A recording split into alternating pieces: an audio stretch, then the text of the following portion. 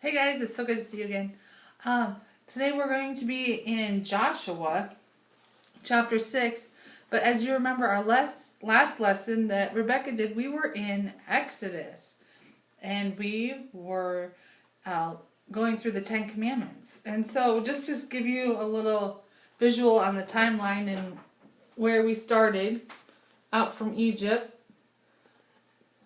crossed here, across the Red Sea right there, and then went down, and right down there, Mount Sinai last week, is where God gave Moses and the Israelites the Ten Commandments. So in today's lesson, we are all the way up here in Jericho. We're going to be in Jericho. Actually, we just crossed the Jordan River, and we are going to overtake Jericho. That gives you a little bit of background. I also want to read a little bit from Joshua chapter 1 to give you a little more background because we're kind of jumping into a story. So I just want to give you a little background to give you a little better understanding. In Joshua chapter 1, it starts off saying that after the death of Moses, the servant of the Lord, it came to pass that the Lord spoke to Joshua, the son of Nun, Moses' assistant. So, as you see, Moses has passed away. This is the second generation of Israelites coming in. They're into the promised land now. They've crossed the Jordan River and they are in the land that God had promised them. And so the first generation of Israelites were killed in the wilderness because of complaining, murmuring, rebellion, and there was the bitten by snakes and just a lot of stuff. And so we've got this new generation that's coming into the land, and so we are at that point right now.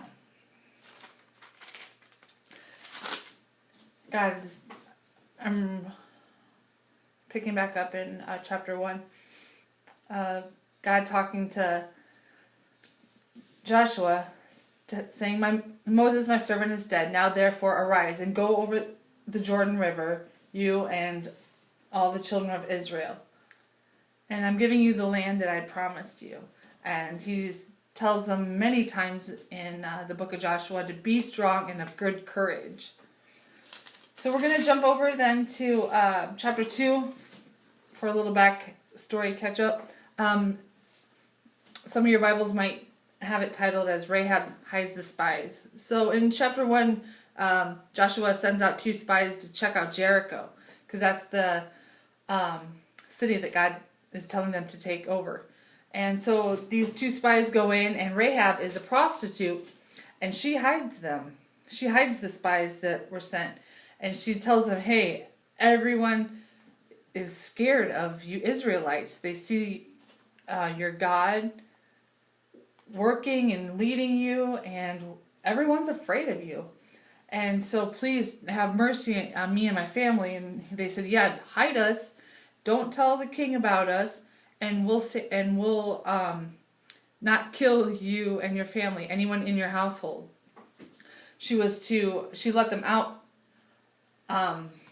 and she was to let down a scarlet rope to indicate that was her house. She lived on the wall of Jericho. Now, Jericho is this fortified city, fortified by walls all the way around. Okay? So that kind of gives you the backstory about Rahab and where she comes from, because she's going to be coming up in our reading today. So we're going to be reading Joshua chapter 6, verses 1 through 27, which is the whole chapter. So if you want to pause and take a couple minutes to read that, and then we'll talk about what we've read.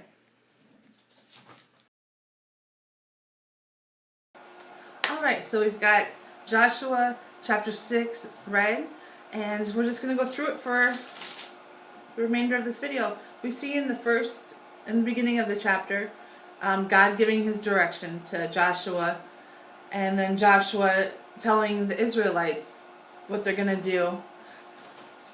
And then we see the Israelites being obedient to the very T.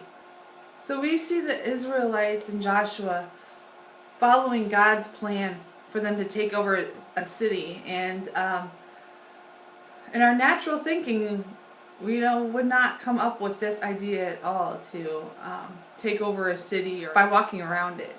And so we just see that the Lord is the only one who gets the glory in this. There's many things we can learn from the triumph at Jericho. We see that the faith that Joshua and the Israelites believed God, and then we see their obedience, that they followed through exactly to what God had told them to. And then we see the courage that they had to follow the battle plan despite how odd it seemed and despite the danger. And then we also see their endurance, that they not only walked around the city, but then they also went in and they took possession of it. They were told to kill every person, every animal, everything, just completely destroy it.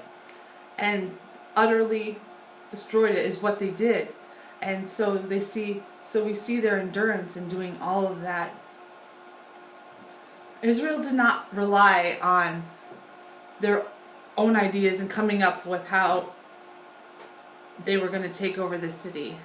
God gave them direction and they followed God's direction. We see that God is faithful, and that when we obey Him, He's going to pull through, and He's going to finish what He started. So I hope you take courage in that today, in that fact, in that truth that we have about our God. God bless you guys. Have a great week. Alright guys, I have a little extra credit assignment.